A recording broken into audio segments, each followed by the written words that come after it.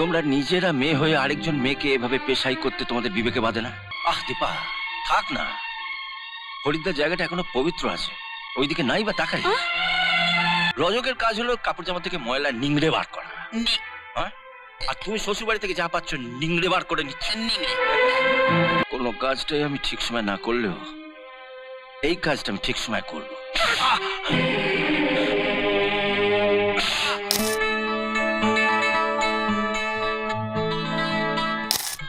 আরে আসুন আসুন বাসুদেব বাবু, আপনার খাওয়া দাওয়ার কোনো অসুবিধা নেই তো? আরে না, অবশ্যই না।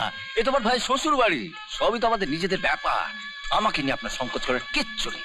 আপনি বরং অন্যদের দেখুন। সত্যি আপনার আন্তরিকতায় মুগ্ধ হতে হয়। দাদা, আপনার চা।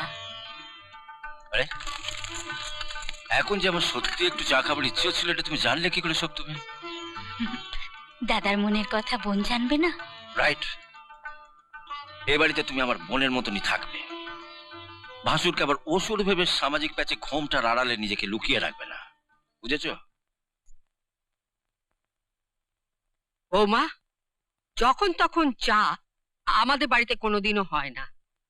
আর তোমার এইসব বদ অভ্যেসের সঙ্গী আমার বড় খোকাকে তুমি বানিও না। আমি চা খাই না মা। না না, খাবে না, খাবে না। চায়ের নেশা এ বাড়িতে একদম চলবে না, একদম না। হ্যাঁ, তবে তুমি তোমার শাশুড়ি বা ননদের মতন যদি পান্দক্তা জর্দার নেশা ধরতে চাও তাহলে কোনো অসুবিধা নেই।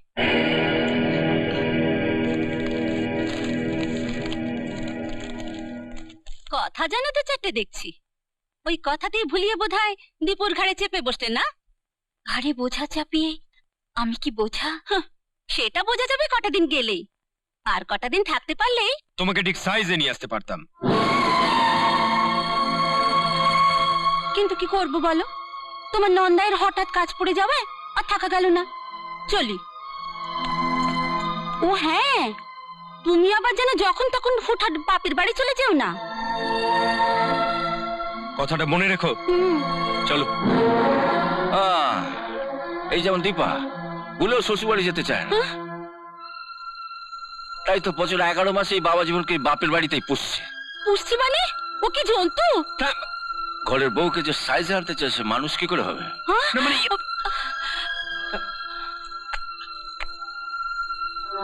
বড় খোকা, বড় খোকা, কি রে, ঘুমিয়ে পড়লি নাকি? তোমার রাজত্বে শান্তিতে ঘুমানো যে এত সহজ নয় সেটা কি তুমি জানো না মা? থাম, যা বলছি তাই শোন। ওই আল্লাদি বৌমা এবার দীপুর মাথাটা কেমন করে চিবিয়ে চিবিয়ে খাচ্ছে সেই কথাটা শোন। সে কি, ও এসেই তোমাকে নকল করা শুরু করে দিয়েছে? আরে তাহলে 2-4 দিনের মধ্যেই তো মাথা চেবানোর ব্যাপারে ও তোমাকে ছাড়িয়ে যাবে। আহ, বড় খোকা, সব সময় তোর ওই ব্যাকা ব্যাকা কথা। আগে কি বলছি তাই শোন। একটু আগে দীপু আমাকে জানিয়ে গেল কাল থেকে হাসপাতালে ছুটি নিয়ে ও নাকি বউকে নিয়ে হানিমুনে যাচ্ছে। ও, এই সব ওই শয়তানিটার বুদ্ধি। এই দেখো, আচ্ছা মা, তুমিই তো বলেছিলে তোমাদের বিয়ের পর তোমার কথাতেই তো বাবা তোমাকে নিয়ে হানিমুনে গেছিল। চুপ কর। কোথায় আমি আর কোথায় সপ্তমী? যা চাল নেই চুলো নেই, তার আবার বেড়াতে যাবার অত শখ কিসের? শোনো মা, সপ্তমীর চুলো থাক আর নাই থাক, তুমি আবার এ নিয়ে অশান্তির চুলে আগুন ধরাতে যেও না। কি, তুই আমায় এত বড় কথা বললি? আমি সংসারে আগুন লাগাই? না না, আমি ঠিক ওভাবে লাইট নিভিয়ে শুয়ে পড়ো।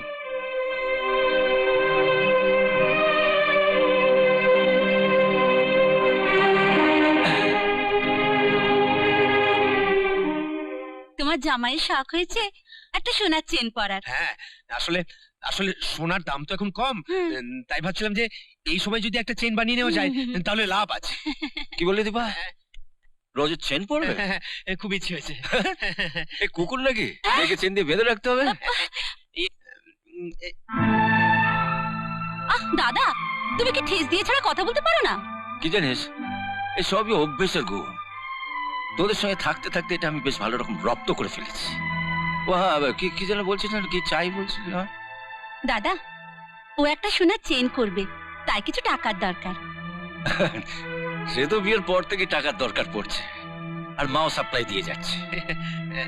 না মানে মানে কি বলতে চাইছেন কি আপনি? বলছি তোমার এই নামটা রজত না হয়ে রজক হলেই ভালো হতো। রজ, তার মানে রজকের কাজ হলো কাপড় জামা থেকে ময়লা নিংড়ে বার করা, হ্যাঁ? আর তুমি শ্বশুর বাড়ি থেকে যা পাচ্ছ নিংড়ে বার করে নিচ্ছ। শোনা চেট পড়বে।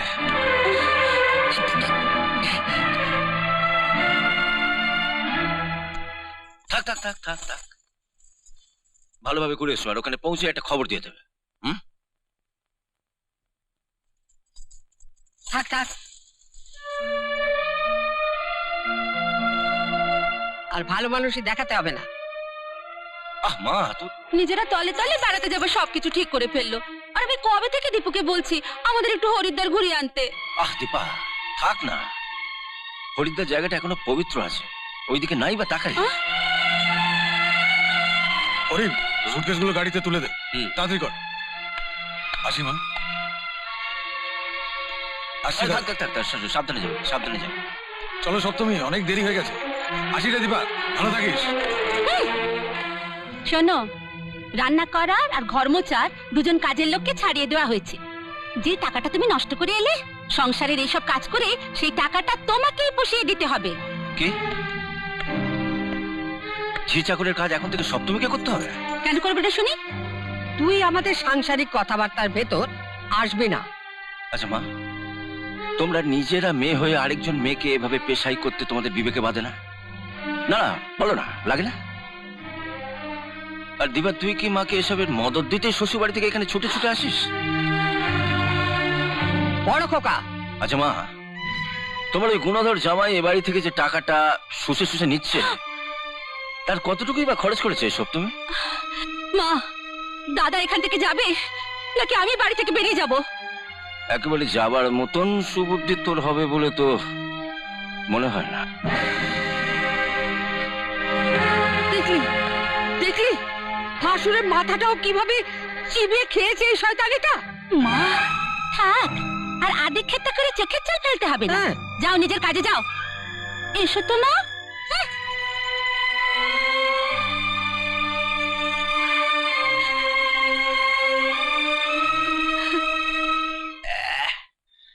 এটা কোনো রান্না হয়েছে?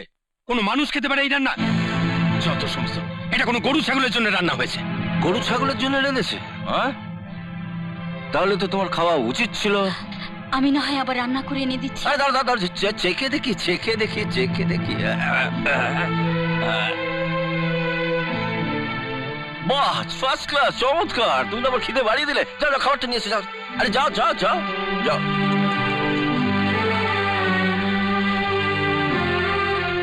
আপনার ভালো লাগার কারণটা বোধহয় আমি জানি।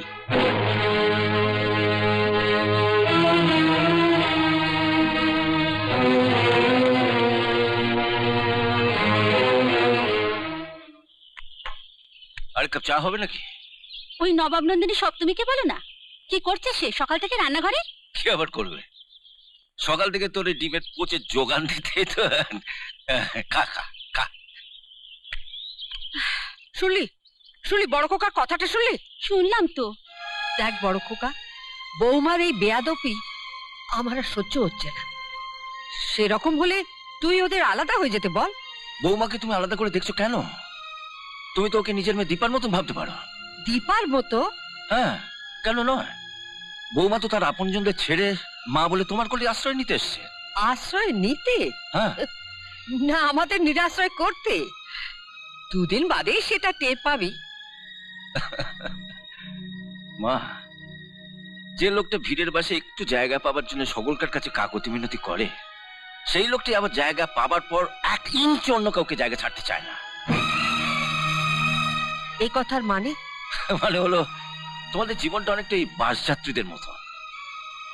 যখন এবারে বউ হয়ে এসেছিলে তখন একরকম, আর এখন শাশুড়ি হয়ে প্রতি পদে ভয়ে বুঝি ছেলের উপর কর্তৃত্বটা চায়। থাম, তোর এই উপদেশ বাক্য শুনতে শুনতে না এত বছরে আমার কান দুটো করে ঝালাপালা হয়ে গেছে। আমার কথাগুলো তোমার কানে আটকে গেছে বলে তোমার মন অব্দি পৌঁছতে পারেনি। আচ্ছা বলতে পারো মা, নিজের মেয়ে পরের ঘরে গেলে সে তো নিজেরই থাকে, আপন থাকে। তা পরের ঘরের মেয়ে এসে নিজের হতে পারে না কেন? আপন হতে পারে না কেন? রক্তটা আলাদা বলে।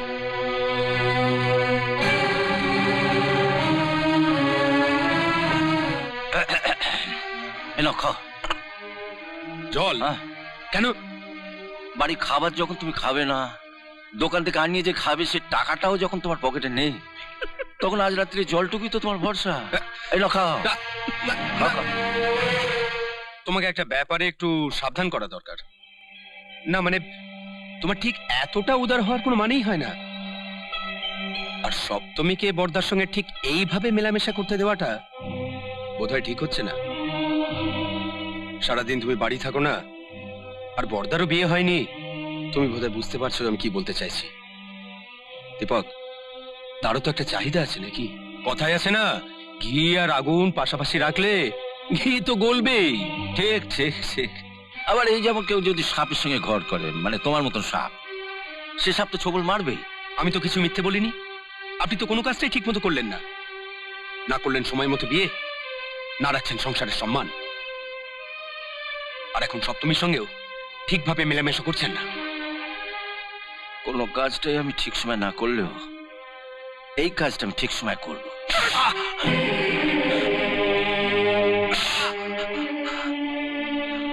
সপ্তমীকে প্রথম দিন থেকে আমি শুধু আমার ভাতৃবধূ নয়, ছোট বোনের মতন দেখি।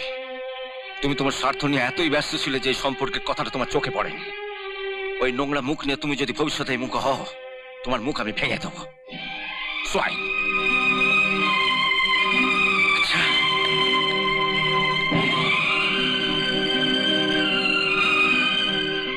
বৌমা, এ কি অসভ্যতা! ওর ব্যাগ দুটো রেখে দিয়ে তুমি কি সুখ পেলে? ও কিছু পায়নি, তবে তুমি সুখ কিছুটা পাবে। হ্যাঁ, সপ্তমীর ভাই পঞ্চম এ বাড়িতে ঘুরঘুর করায় কেন যে দামি দামি জিনিসগুলো খোয়া যেত, হারিয়ে যেত, পেতে না, তার উত্তর এই ব্যাগ দুটোই দেবে।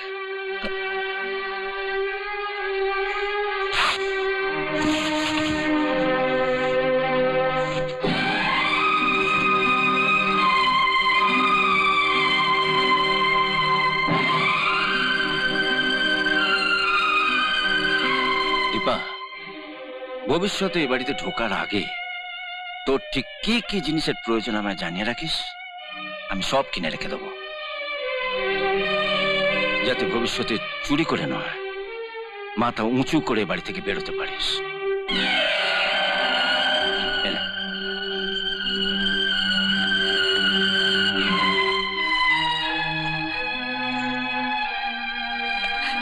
দেবা, দেবা,